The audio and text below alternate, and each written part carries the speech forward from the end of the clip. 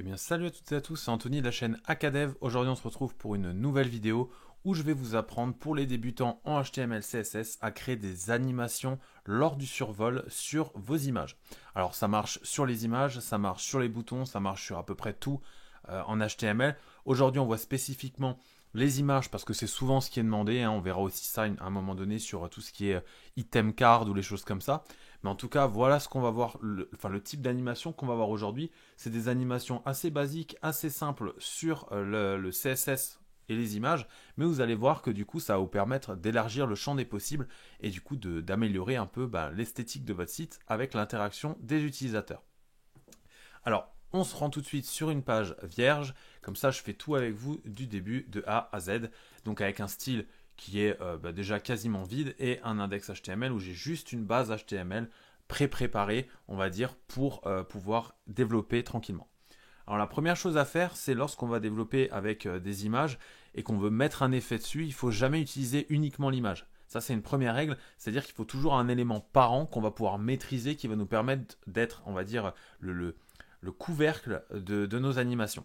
Donc la première chose à faire, ça va être de créer par exemple une div qu'on va appeler survol, pour faire simple, dans laquelle on va venir placer une image. Donc moi, j'ai téléchargé une image du coup de panda. Voilà, j'ai pas besoin de lui mettre une classe tout de suite. Donc voici à quoi ça ressemble. Donc là, je l'ai fait parce que du coup, j'ai pas enregistré mon style. Voilà. Et du coup, voilà ce que vous avez à la base. Alors, vous avez donc juste un média, peu importe la taille qu'il est, peu importe la hauteur ou la largeur, enfin la longueur qu'il a. Vous allez voir qu'on va tous pouvoir gérer pour ajuster correctement le média, peu importe ses dimensions. Ça aussi, c'est quelque chose d'assez important et qui est souvent mal compris par ceux qui essayent de gérer les médias en HTML, CSS. Donc voilà, première chose à faire, on importe notre image dans une classe. À un moment donné, il va falloir du coup créer une dimension autour de ça.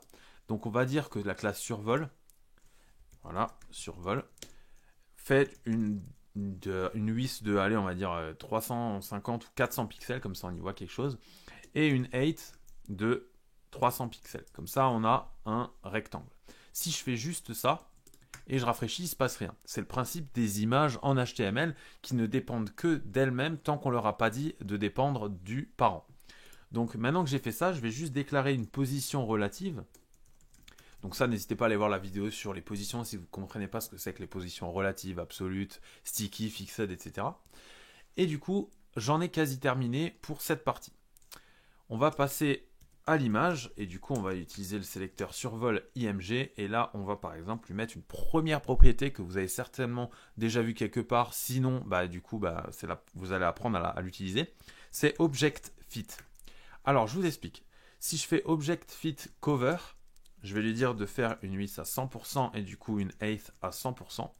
Là tel quel, ça voudra dire qu'en utilisant cette propriété, tu vas couvrir l'élément parent sur la longueur et la largeur. Donc là, si j'enregistre et je rafraîchis, vous voyez qu'on a bien une div qui fait 400 sur 300 et qui contient mon média qui fait également 400 sur 300, sans déformer l'image. Si j'avais fait du coup 800% et 100% sans cette propriété-là, voilà ce que ça aurait donné. Ça aurait déformé complètement mon image, tout simplement parce que je ne lui dis pas de quelle manière je veux qu'il intègre l'image par rapport aux parents. Je vais remettre ceci. Et là, j'ai une autre propriété qui peut aussi fonctionner, mais qui du coup est moins, on va dire, propre. C'est Objective Contain. Vous allez voir ce que ça fait. Ça me garde l'aspect ratio du coup de mon image, mais par contre, ça ne va pas couvrir toute la zone. Or, c'est pas ce qu'on veut forcément ici, puisque nous, on veut quelque chose de plein.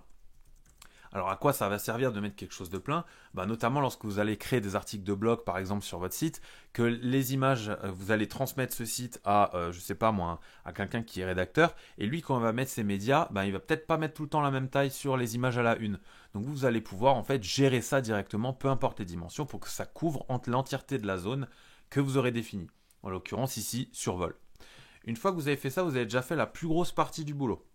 Alors, ce qu'il faut savoir maintenant, c'est qu'on va utiliser d'autres propriétés qui sont très simples, mais qu'il faut comprendre il va falloir comprendre l'ordre dans lequel on les utilise. Alors, la première chose à faire, c'est qu'on va créer du coup un effet de transition au survol. Donc, ce qu'on va faire, on va retaper survol. Cette fois-ci, je vais faire 2 points over. Ça, c'est une nouvelle propriété du coup qu'on n'a pas vue, sauf si vous l'avez déjà vue ailleurs, qui permet de dire quand je passe avec ma souris sur l'élément, en l'occurrence survol, qui est tout autour, tu vas appliquer un effet à l'image qui se trouve dans le survol. Voilà, alors pourquoi j'ai pas mis directement le hover sur l'image? Tout simplement, ça me permet de garder, si vous voulez, une flexibilité si je rajoute des éléments dans ma div, de pouvoir dire qu'à chaque fois que je passe dessus, en fait, tu vas pouvoir faire une transition avec des effets dessus. Je vais faire une petite transition très simple avec l'opacité, par exemple, on va passer l'opacity à 5. Là, vous voyez que si je fais ça, du coup, entre guillemets, ça fonctionne. C'est pas très beau parce que c'est instantané, j'ai pas une transition fluide, et en même temps, ça va sur du blanc, c'était pas l'effet forcément recherché. Première chose à faire pour obtenir du coup un fond plus foncé, c'est souvent ce qui est demandé, on va mettre du background en 000, en noir. Et du coup là, quand je vais passer dessus, forcément, l'opacité de l'image va rester assez foncée, vu que mon fond est noir. Donc une fois que vous avez fait ça, il va falloir nous rajouter encore d'autres effets. Le premier effet, ça va être de mettre une transition tout de suite, comme ça on voit que c'est fluide. Donc là, cette fois-ci, la transition, où elle se met, elle va se mettre sur l'élément qui bouge. En l'occurrence, là, on change l'opacité de l'image, donc la transition se change sur l'image. Je vais donc ajouter la propriété transition avec comme valeur, du coup, un temps. Alors là, le premier temps, c'est toujours, on va dire, le délai, enfin pas vraiment le délai, le temps de transition, et vous avez possibilité également de mettre un délai. C'est pas ce qu'on va voir aujourd'hui. Aujourd'hui, on va juste voir comment faire une transition, on va dire smooth, c'est-à-dire plus ou moins fluide. Je vais mettre 0,4 secondes, 400 millisecondes, et je vais lui donner un type. C'est-à-dire, soit j'utilise la transition qui est de base, on va dire linéaire, donc je vous montre la différence. Je vais mettre linéaire. Voilà, vous voyez que en fait, c'est déjà très fluide. Voilà, c'est pas un effet waouh waouh, mais par contre, ça fonctionne, c'est fluide. Si je change linéaire et que je mets ease, vous voyez que déjà, il y a une petite différence. C'est un peu plus rapide, c'est un peu plus rebondi, on va dire, qu'avant. Si je mets ease-in, ce sont les trucs de base, vous voyez que sur l'entrée, j'ai un fondu, sur le retour, c'est plus rapide. Si je fais ease out, forcément, vous avez compris, ça va être l'inverse. Voilà. Alors, on voit pas beaucoup de différence, tout simplement parce qu'il suffit de créer des cubiques Bézier, ça s'appelle, c'est-à-dire faire des transitions un peu plus poussées. Vous avez des sites qui vous permettent de générer des codes en cubiques Bézier et qui vous permettront d'avoir des animations un peu plus poussées. Là, aujourd'hui, pas besoin forcément pour le type d'effet qu'on fait. Je vais laisser ease pour cette vidéo, comme ça, vous voyez qu'on a un effet qui est déjà assez sympa. Deuxième chose à faire, c'est qu'on a vu dans le premier document qu'on avait ici un zoom. Dans le premier, j'ai un zoom du coup progressif, et dans le deuxième, j'ai un zoom dégressif. Alors, on va commencer par la première étape. Vous voyez que j'ai aussi un genre de scale rotate, c'est-à-dire qu'on tourne en même temps. Donc, première chose à faire, c'est qu'ici, je vais ajouter dans mon hover une transform. La propriété transform, alors il y a énormément de possibilités, mais il va falloir juste rentrer les choses dans l'ordre. D'abord, on va mettre le scale, ce qui nous permet du coup de gérer le zoom. Donc, on va mettre par exemple 1.2, ça devrait suffire. Et là, si je mets juste ça, vous voyez, voilà ce qui se passe. Donc là, l'effet est plus ou moins OK. Par contre, ça dépasse. Pourtant, je lui ai dit de faire un container, enfin de couvrir la zone. Alors, c'est là qu'intervient une autre propriété sur survol cette fois-ci, qui s'appelle Overflow Hidden, qui va permettre de dire tout ce qui dépasse de la fenêtre, on ne l'affiche pas. Donc là, j'enregistre ça, je rafraîchis, et là, voilà, on a déjà une partie de l'effet qui est réussie. Maintenant, si je veux rajouter du rotate, je peux très bien mettre du rotate ici, mettre 15 degrés, j'enregistre et là, voilà, on a un effet plus ou moins propre. Alors vous voyez qu'ici j'ai du noir parce que l'image n'est pas assez zoomée, donc si je rajoute par exemple et je passe à 1.3, normalement on ne devrait plus l'avoir. Voilà.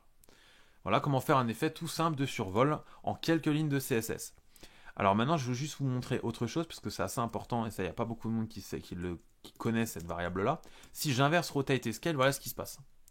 Alors à l'œil nu, on n'a pas l'impression qu'il se passe grand chose et pourtant en fait, pour les rotates, effectivement, il ne va pas se passer grand-chose, mais si vous allez ajouter par exemple du translate X, Y ou Z, vous allez avoir un décalage avant le scale.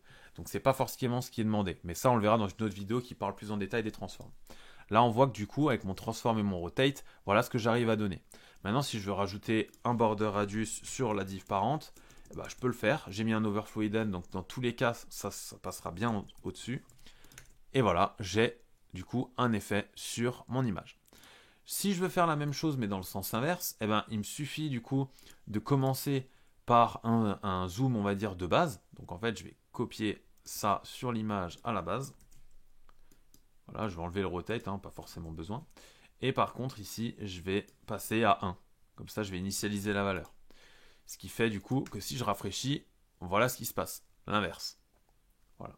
Donc là, normalement, vous savez maîtriser maintenant la partie transition, la partie over, assez simplement sur une image. On a vu des propriétés qui sont assez intéressantes avec les médias, à savoir Object Cover ou un Overflow Hidden sur l'élément parent et la transition. Donc n'hésitez pas à vous entraîner, hein, c'est des petits exercices de base mais qui vous permettront d'évoluer assez rapidement.